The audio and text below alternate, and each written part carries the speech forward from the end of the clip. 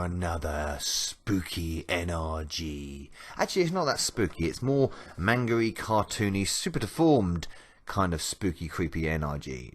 This is Splatterhouse again, but Splatterhouse on the Nintendo Famicom. Indeed, sir, Japanese-only exclusive. And this was the second game in the series, I suppose, if you want to count chronologically. This came out in 1989, a year after the first arcade game, and it's a shift away from the well, yeah, it's very Japanese, very manga, very super deformed, as it were, big heads and all that kind of gubbins, cartoonish, parody and fun, more away from the gore and grimness of the first game. This will be your grave. Ha ha ha ha. So we're back as Rick Taylor yet again. Risen from the grave at the beginning there, as you saw.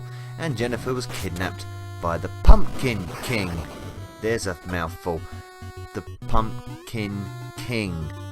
So not to be confused with the Pumpkin from Cauldron in a previous NRG that I did. This is the Pumpkin King. Anyway, you get what I'm saying. So we're off usual stuff, chopping things with our meat cleaver. Masked Rick, there he is with the terror mask intact, looking very, very Jason Voorhees, like he did in the first game. But of course, cartoonish style, gone away with the reality sort of look. And yeah, it's a nice little fun game. This more focusing on platforming as well, and jumping acuity and stuff like that, more than the gore. And I tell you what, it's a fun little yarn indeed. Here we go. Hey, here he is. It's Dracula or some sort of vampire, and we're going to do a little dance first before we can do anything. Yes, let's do a little dance on the stage. You can't do anything while they're doing this. You just got to wait through this. So the zombies, creatures, these creature ghoul things, green things, are just doing a little dance with Mr. Vampire here. And then we get to fight, well, not him actually, because he's a coward, apparently. He just spits fire at you, but we get to fight his ghouls. There we go. Slashy, slashy, chop, chop, chop. I should have started with the full title of this. This is Splatterhouse Wanpaku Graffiti, or Naughty Graffiti translated into English. And when you work through the game, it's kind of evident that it's more of a prequel to the first Splatterhouse than a sequel. I suppose. I mean, you can't really put it in the same sort of narrative. It's kind of like a standalone on its own, really. I mean, I'd like to consider it like that. There he goes, descending down his lift, giving him the peace sign, strangely enough. Off we go again. I actually enjoy this game, it's really fun. It's typical NES Famicom style, which I enjoy. It plays really well, actually. It's got some, generous collision detection going on. I will give it that, generous, when I say we can slash away and you'll be quite a distance. Oh, hello. See, these spikes coming out the floor, very reminiscent of the first game. That's something that's really picked up on. And you've got this energy bar at the side. You haven't got lives in this. You've got this energy bar at the side, which you can enhance when you pick up little candy sweets as you knock over certain enemies. There we go, the haunted library books. This is a very reminiscent of a scene in the first game as well. It parodies a lot of horror movie tropes and Halloween themes, which is good fun to spot. I don't know what that was I just picked up. It looked like a pumpkin. Maybe it was a hamburger. I don't know. It's good stuff. It really is. It's a shame this didn't come out on the NES, actually. It would have worked really well, I would have thought. Classified as a horror game, of course, but this is a kind of Exorcist kind of parody here. With the... There you go, look, a head span there. And well, did that happen in The Exorcist? Did the head come off? I'm not sure. But the head span there, so that's pretty good. No projectile vomiting here, which is a shame. I've never thought I'd say that sentence.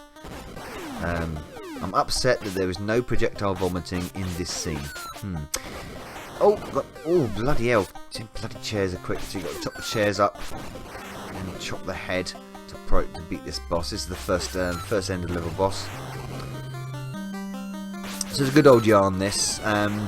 Like I say, complete different style and departure from the other games in the series. Splatterhouse 2, 3, and the remake, and everything else associated with Splatterhouse. It's very unique, and I kind of like it. I like it quite a lot.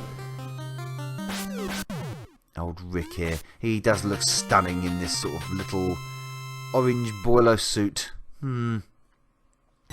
On to the next stage, stage 2. Be garbage of cesspool. Ha ha ha. I think there might be a bit of a translation problem there. Be garbage of cesspool? What? Okay. Oh, this bloody little purple hand hit me. How dare you, sir, you fucking bastard.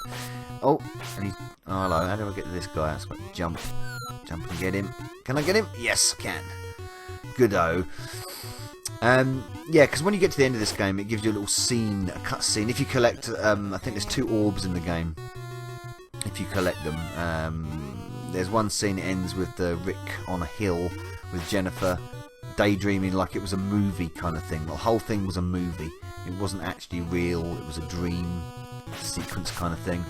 But if you collect both the orbs, then you get a scene of Jennifer approaching the West Mansion. So kind of sort of saying, well, this is a sort of precursor to what happens, the gore fest that happens in the first game. It's a nice little, I think more of like an Easter egg nod to that game than anything else.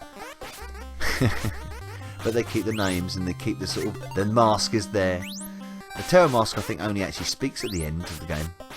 This is very familiar as well, the flying knives. That's a scene in the first game as well. I'm not sure about the headless chickens. Headless chickens, sorry. Running around like a headless chicken. Did you get the gag, everyone? Graphically, I think this is actually kind of sweet. Colour-wise, it's pretty good. There's a minimal slight sprite flicker. Got to chop through these sides. Chop, chop, chop. Oh, I missed that. Could have landed in that. So there we go, in the water stage. And yeah, like the water stage on the first game as well, similar kind of thing, jumping the spiky little balls and the thing, but pretty tough, and I'm low on energy here, so I've got to be careful. These bloody worms are pain in the arse. Not too much of a time. I mean, this is a Namco game, so it's still part of the original franchise. So, but like I say, only on the Famicom. Oh, damn it! And there we go. Rick is floating in the shit. But there we go. Splatterhouse Wanpaku Graffiti on the Famicom. Rather nice little game. I like it indeed, and one of the highlights of the series for me. Cheers. See you next time. Novabug out.